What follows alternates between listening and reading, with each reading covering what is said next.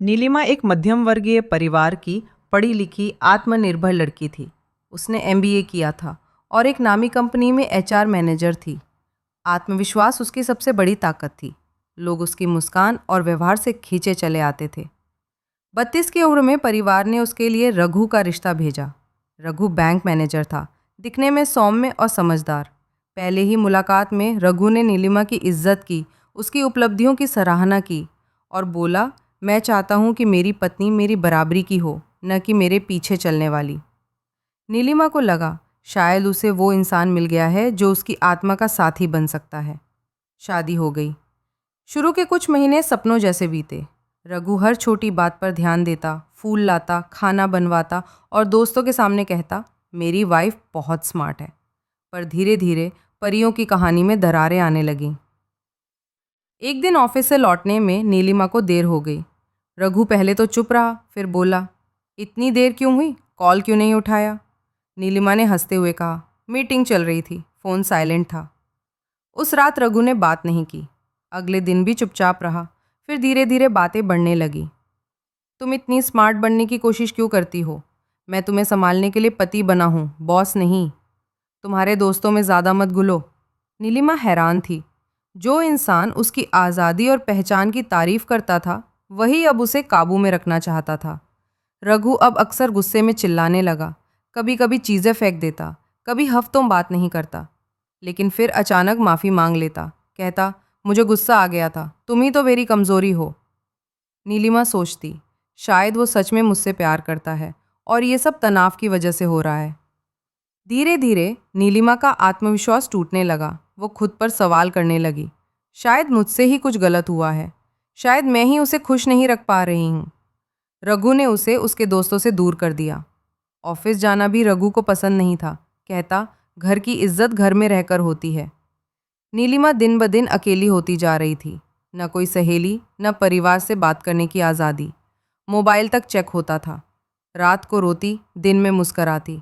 खुद को खो दिया था। एक दिन ऑफिस की बिल्डिंग के बाहर उसे अदिति मिली, उसकी कॉलेज की सबसे करीबी दोस्त, जिसे वो पिछले 5 साल से नहीं मिली थी। अदिति को देखकर नीलिमा की आंखों में आंसू आ गए। गले लगते ही रो पड़ी। अदिति ने नीलिमा को शांत किया और बोली, मैं सब समझ सकती हूँ, क्योंकि मैं भी वहाँ से गुजर चुकी हूँ।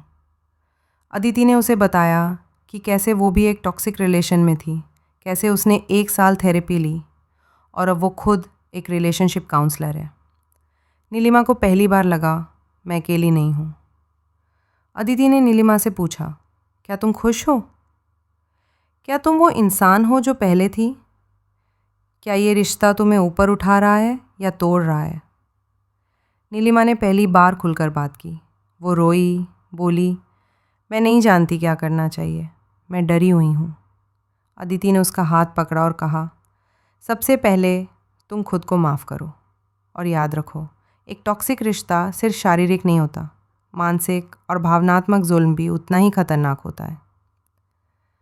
नीलिमा ने तय किया, अब और नहीं। अदिति की मदद से नीलिमा ने एक थेरेपिस्ट से मिलना शुरू किया। हर सेशन में वो खुद से थोड़ा थोड़ा जुड़ने लगी। उसने धीरे धीरे पुरानी दोस्तों से बात शुरू की, माँ से दिल खोलकर बातें की। सब ने उसका साथ दिया। जब उसने रघु से सेपरेशन की बात की तो रघु ने गिल्ट ट्रिपिंग शुरू कर दी।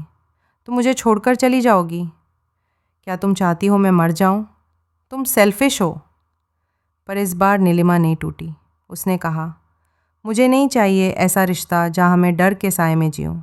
तुम मेरी जिम्मेदारी नहीं, मेरा बोझ बन गए हो। नीलिमा ने घर छोड़ा, किराए पर एक छोटा सा फ्लैट लिया। वहाँ से उसने दोबारा अपनी नौकरी शुरू की, अपने लिए खाना बनाना सीखा और हर हफ्ते एक नई किताब पढ़नी शुरू की।